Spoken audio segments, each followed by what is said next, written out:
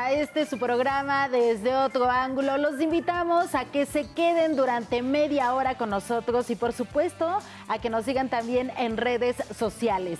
El día de hoy, como siempre, como cada vez que usted prende su televisor a ver este programa, tenemos un tema sumamente importante, así que quédese ahí. ¿Cómo estás, Cris? Yo estoy muy bien, Anabel, y estoy muy feliz de comenzar este episodio porque tú lo dijiste muy bien. El tema de hoy no es un tema menor, es un tema muy interesante que seguramente a más de uno nos pondrá a pensar allá en casita. Y una de las cosas que también me da mucho gusto es saludarlo a usted que nos ve a través de la pantalla y agradecerle por acompañarnos una semana más y todo el tiempo desde que llevamos haciendo este programa Desde Otro Ángulo. Pero para platicar de este tema se encuentra conmigo mi queridísimo amigo Ponchito. ¿Cómo estás? Hola, Anita, Cris, es un gusto estar con ustedes nuevamente y con el público tan especial que nos sigue transmisión tras transmisión para hablar de un tema muy importante con una gran invitada, una sorpresa muy especial que tiene que ver nada más y nada menos que con lo que pasa más allá de lo visible, lo que pasa con la parte emocional cuando llega la discapacidad. ¿Qué sucede cuando la discapacidad aparece en nuestras vidas? Hay quien de repente se derrumba a un grado muy complicado, ¿no? Algunos casos donde la persona piensa pues que no es necesaria, que ya no es útil porque ya no puede hacer lo mismo que antes, no solamente el trabajo, sino también a veces las funciones familiares, ¿no? Acompañar, cuidar, y también esto viene acompañado pues de muchas manifestaciones en la parte sentimental, en la parte emocional, junto con la familia y con los amigos. A veces se aíslan las personas, algo un poquito complicado, mi querida Anita. Oye, un tema que tiene mucho de dónde abordar, ¿no? La parte de la discapacidad, si se nace con ella, precisamente hablar con la psicóloga de cómo abordar como familia desde abajo, ¿no? Desde explicarte que efectivamente tienes una discapacidad, que no tienes que sentirte inferior a los demás, el cómo a lo mejor comportarte tú con la sociedad y la sociedad contigo. Y siento que pudiera ser un tanto más complicado si la discapacidad se adquiere, porque ahí es donde entra pues todo el proceso que decía Ponchito.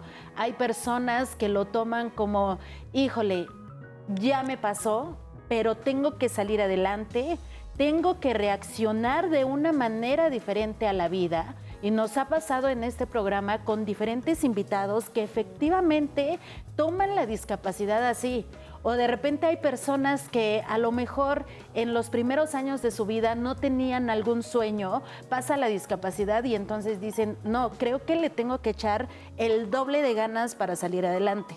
Pero también es un tema complicado porque hay personas que no lo toman desde esa perspectiva, sino que efectivamente piensan que ya no son funcionales o piensan incluso, y también hemos tenido esos temas aquí, Cris, en el suicidio, ¿no? Y todo eso, abordarlo como familia, como sociedad, como compañeros hacia una persona con discapacidad, siento que es sumamente complicado de ambas partes. Sumamente complicado de ambas partes, y creo que este es uno de los programas donde me voy a permitir pedirle a la persona que nos está viendo a través de la pantalla que deje de estar haciendo lo que está haciendo, nos preste toda su atención y nos escuche con todos los sentidos, no nada más con el oído, porque vamos a tocar temas que son muy fuertes, que pueden llegar a tocar el corazón. Un mismo hecho puede destruir o puede edificar a la persona para transformarla, porque entre el suceso y la manera en cómo se interpreta,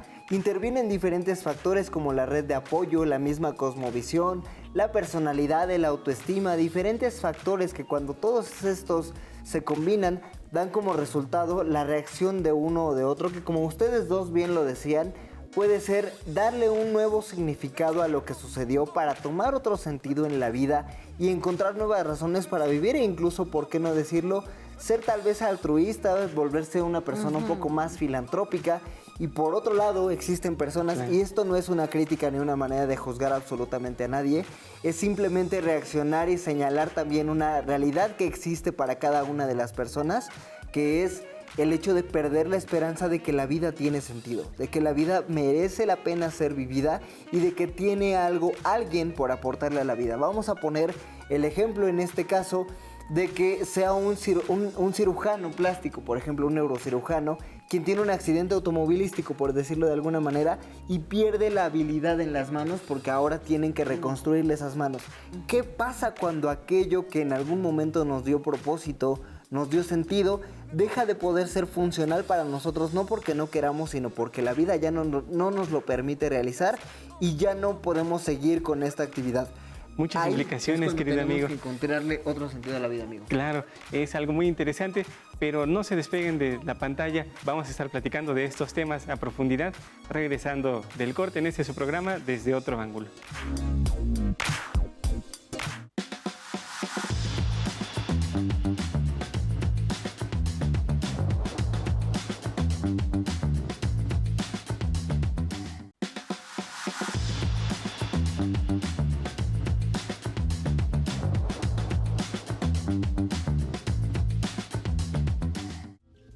Oigan, y ya regresamos a su programa Desde Otro Ángulo. Muchísimas gracias por continuar con nosotros. Y ahora sí, de lleno al tema, porque ya está aquí con nosotros, pues, una psicóloga que nos va a platicar de todo esto, Itzel Ortega. Bienvenida, ¿cómo estás? Hola, buenas tardes.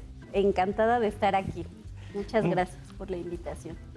Muchas gracias, psicóloga. Qué gusto que nos esté acompañando en este programa Desde Otro Ángulo, donde vemos diferentes temas sobre la discapacidad, pero desde una perspectiva mucho más viva y emotiva. Precisamente platicábamos de cómo cuando llega la discapacidad a veces te tira por completo o te enseña nuevas cosas. A veces genera esa posibilidad, decía Anabeli, de desarrollar algunos sueños que antes no teníamos en mente, algunas metas nuevas.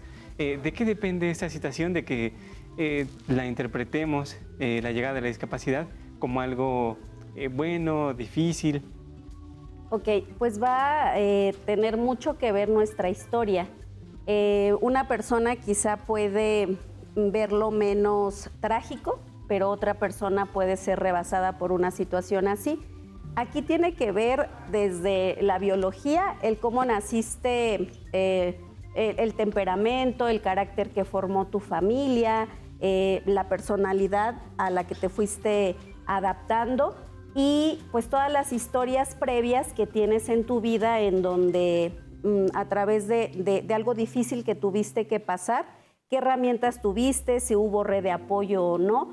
De ahí eso va a marcar la diferencia entre que una persona lo pueda ver como un evento pues sí traumático y otro un poco más llevadero, pero va a tener que ver toda esta historia.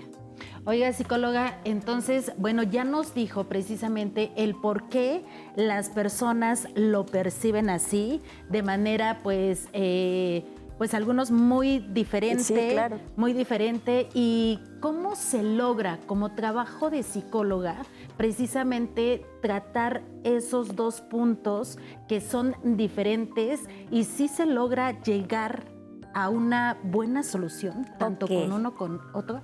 Bueno, es que aquí es muy importante como especificar qué corriente trabajo yo y es la logoterapia. A veces, ¿la habían escuchado? Sí, no. Hace Sí, rato. Yo apenas. Ok, bueno, sí. Va a ser un modelo terapéutico que viene de la palabra logos, sentido. Entonces es la terapia del sentido. La hizo Víctor Frank, un sobreviviente a campos nazis de concentración. Uy, sí, si podemos hablar de claro. situaciones difíciles, creo que totalmente. que esa fue es una de las más complicadas. un ser humano que lo perdió todo, Sí. ¿no? Y entonces él ya tenía este estudio. Cuando atraviesa esta situación, él empezó a observar, ¿no? Cómo a pesar de que pues ya sabían a qué estaban o que estaban esperando ahí todos, empezó a notar que unos elegían quitarse la vida y otras personas estaban esperando, no sé, a que los llevaran a la cámara de gas. Él empieza a preguntar y se da cuenta y a observar que quien sobrevivía es que tenía un logos, un sentido, el hecho de tener esperanza de que eso iba a parar, que los iban a salvar. Que no iba a durar para siempre, ¿no? En pocas palabras. Ajá, o sea, un logos, un sentido. Entonces, justo en el modelo que yo trabajo, claro que se puede trabajar esta cuestión. Sí nos va a importar esa historia, pero aquí va a ser encontrar ese sentido de vida que va a ser único y particular. Doc, una de las preguntas que más me está haciendo cosquillitas en la cabeza en este momento es, desde un punto de vista clínico, ¿qué ocurre en la mente de una persona que ve este suceso o este accidente que lo hace tener una discapacidad como el final de todo, como el final de su vida y pierde el sentido por completo? ¿Qué pasa en el cerebro de esta persona? Ok, mira, ante el miedo, el cerebro humano va a tener ciertos mecanismos de defensa. Como mamíferos que somos, antes se creía que contábamos con 3 mecanismos, que es pelear, huir y congelarse. Pero en la observación después vieron que el ser humano hace un extra, que es la complacencia. Entonces, eso ya se va a determinar también desde el temperamento. Un humano tiene la capacidad de experimentar esos 4 mecanismos, pero tu temperamento va a ayudar a que tu cerebro se adapte más a uno. Entonces, imagínate, alguien que tiene una situación así de vida puede ser que se enoje mucho y que esa ira le haga pelear, y puede ser verbal, hasta físicamente, ¿no? Hay quien va a huir en una adicción, un ejemplo.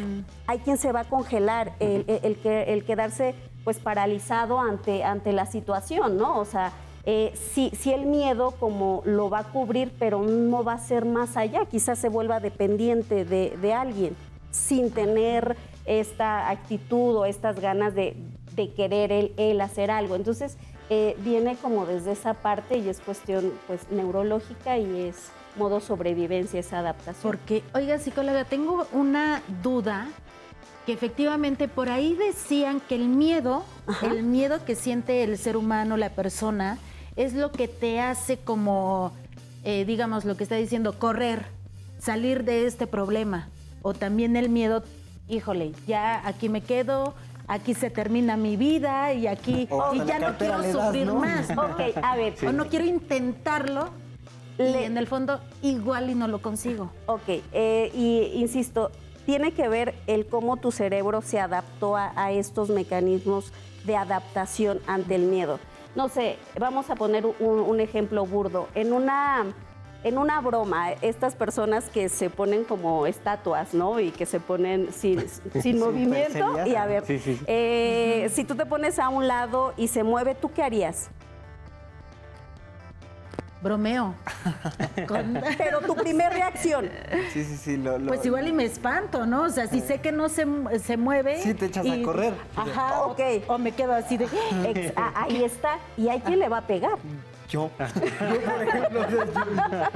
Ok, pelea, huida y otros congelamiento, ¿no? O sea, ya desde ahí, pues la persona, de acuerdo a sus recursos y herramientas, va a actuar. El cerebro solo se va a adaptar, o sea, más fácil a uno de esos mecanismos, pero tenemos la capacidad de sentirlos todos. Entonces, ahí es no tanto como minimizar o decir, esa persona fue más fuerte porque salió de esa situación. Vamos a entender, cada quien lo va a vivir distinto porque son personas distintas, con historias distintas. Entonces, desde los recursos, desde cómo te enseñaron a enfrentar las pérdidas.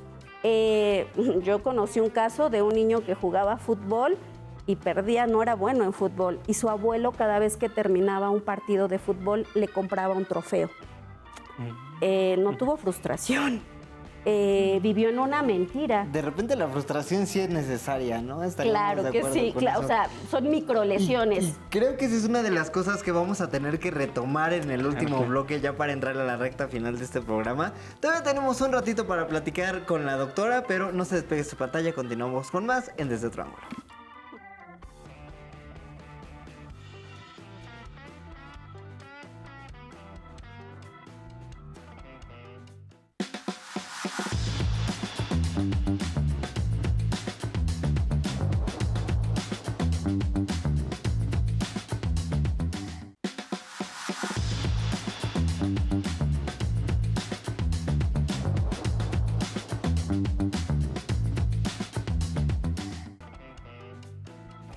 Amigas y amigos, estamos de regreso en su programa Desde Otro Ángulo, donde vemos la discapacidad desde otra perspectiva y estábamos platicando de qué pasa cuando nos enfrentamos a la frustración y cuando por el contrario la evitamos y entonces no pasamos por ese proceso. Estamos platicando con la psicóloga Itzel Ortega acerca de este tema tan interesante. Me viene a la mente precisamente, valga la expresión, el caso de las personas con discapacidad que dicen, no hay ningún problema, aquí la familia lo va a cuidar, no va a preocuparse por el trabajo porque todo lo va a tener. Exacto. Va a tener un fondo económico que le va a prever todas sus necesidades, pero ¿qué pasa cuando evitamos que la persona se exponga a la frustración, especialmente las personas con discapacidad? Claro, miren, a mí me ha tocado trabajar en el trabajo en el que estoy con padres de personas con alguna discapacidad, en escuelas, demás. Entonces, alguna vez me tocaba dar el tema del lenguaje inclusivo, en esto que se puede exigir, de que se les digan pues de formas correctas y demás. Y recuerdo que yo les trabajé mucho la sensibilización de que ellos en esta exigencia de que el mundo les hable correcto, pero ellos desde casa empiezan a hablar diferente hacia ellos. No, tu hermanito no puede. No, tu hermanita, ella no puede ir.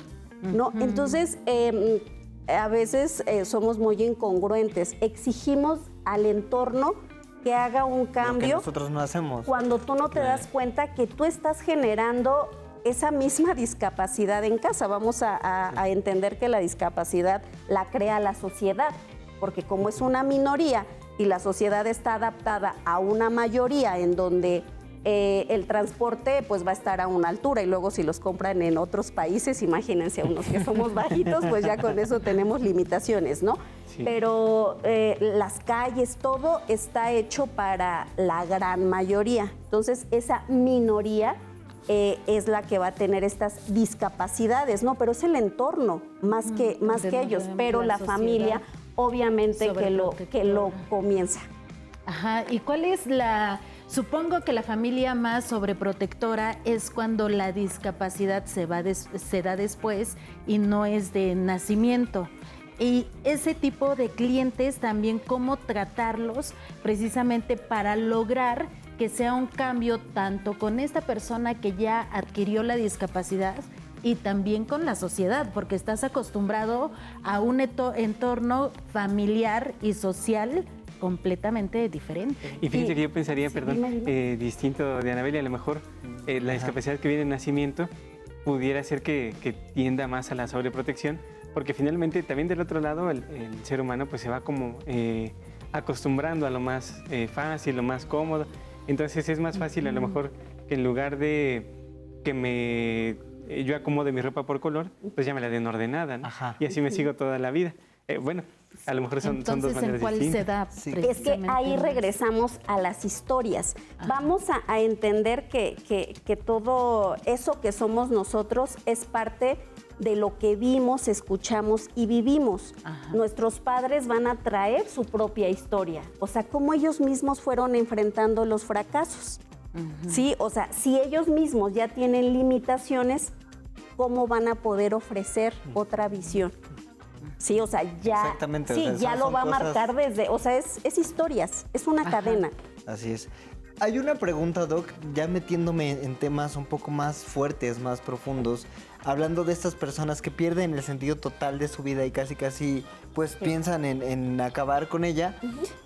¿Cuándo un dolor deja de ser, entre comillas, normal para convertirse en una señal de alerta de una persona que podría estar perdiendo ese sentido de vida? Ok, bueno, aquí va a ser muy particular, sería muy complejo generalizar. Yo sé que desde, no sé, el diagnóstico de la depresión, pues los psicólogos, psiquiatras nos regimos en un libro y pues va a ser muy fácil determinar si hay depresión, ¿no? Por ciertas conductas.